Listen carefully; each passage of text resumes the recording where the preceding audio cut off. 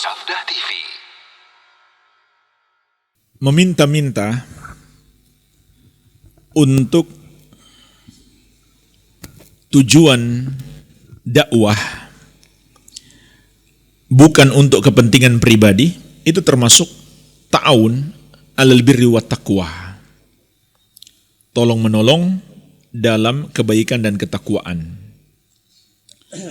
Kita membuka donasi untuk operasional dakwah, kita membuka donasi untuk pembangunan masjid. Ini termasuk tolong menolong dalam kebaikan. Dan pembahasannya bisa masuk dalam bab syafaat. Bab syafaat. Maksudnya syafaat di dunia. Rasulullah SAW bersabda, "Ishfa'u tu'jaru." Berikanlah syafaat, maka kamu akan mendapatkan pahala. Memberi syafaat itu artinya kita minta seseorang membantu orang lain atau membantu dakwah atau membantu sesuatu yang memberi kemaslahatan kepada umat, bukan meminta dia membantu diri kita. Itu artinya memberi syafaat. Nabi SAW mengatakan, "Ishfa'u tu'jaru." Berikanlah syafaat, maka kamu akan mendapatkan balasan. Kamu akan mendapatkan pahala. Adapun yang terlarang adalah meminta-minta untuk kepentingan pribadi. Itu yang terlarang keras di dalam hadis-hadis Rasulullah SAW tadi. Kecuali kalau bersifat darurat. Karena kaidah mengatakan ad-daruratu tubihu al-mahdzurat. Sesuatu yang darurat membolehkan yang terlarang. Ya, misalkan ada orang yang kalau nggak dioperasi bisa mati. Itu namanya darurat, yang mengancam nyawa. Atau penyakitnya bisa tambah parah. Itu baru disebut darurat. Tapi kalau dia mau bangun rumah saja misalkan, selama ini dia ngontrak, lalu dia buka donasi, maka itu bukan darurat, sehingga tidak membolehkan yang haram. Iya. Nah, sekarang pertanyaannya, bagaimana jika donasi itu diperuntukkan untuk orang-orang yang membantu dakwah, atau bahkan ustadznya yang berdakwah? Nah, jemaah sekalian, sebetulnya yang afdol adalah, sebelumnya kita bahas dulu hukum menerima upah dari berdakwah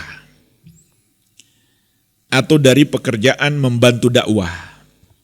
Maka mayoritas ulama dari kalangan Malikiyah, Syafi'iyah dan Hanabilah itu membolehkan, kecuali Hanafiyah tidak membolehkan.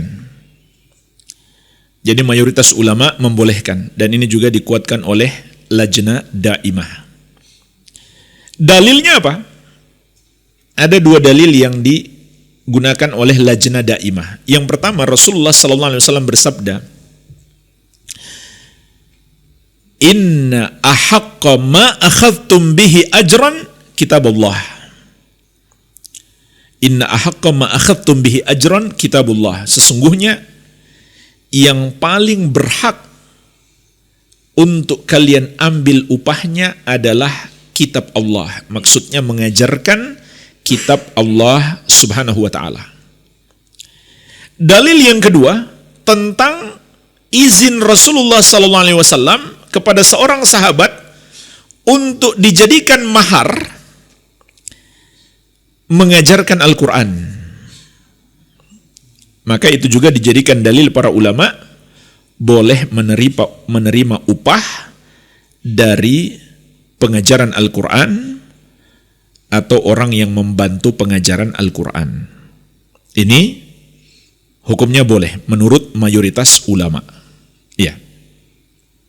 Dengan dalil-dalilnya. Ini pendapat yang dikuatkan oleh Lajnah Daimah. Sebagian ulama Hanabilah memberikan perincian. Mereka mengatakan kalau enggak butuh lebih afdal ditolak. Tapi kalau butuh, boleh diterima. Baik, ini tentang hukum menerima upahnya.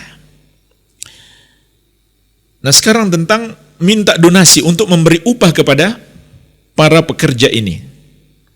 Maka kita katakan yang afdol kita sendiri dong. Kalau memang kita mampu, itu yang afdol. Tapi kalau memang kita tidak mampu, maka tidak mengapa insya Allah, karena kita meminta bukan untuk kepentingan pribadi kita, melainkan untuk kemaslahatan kaum muslimin. Barangkali seperti itu, wallahu a'lam.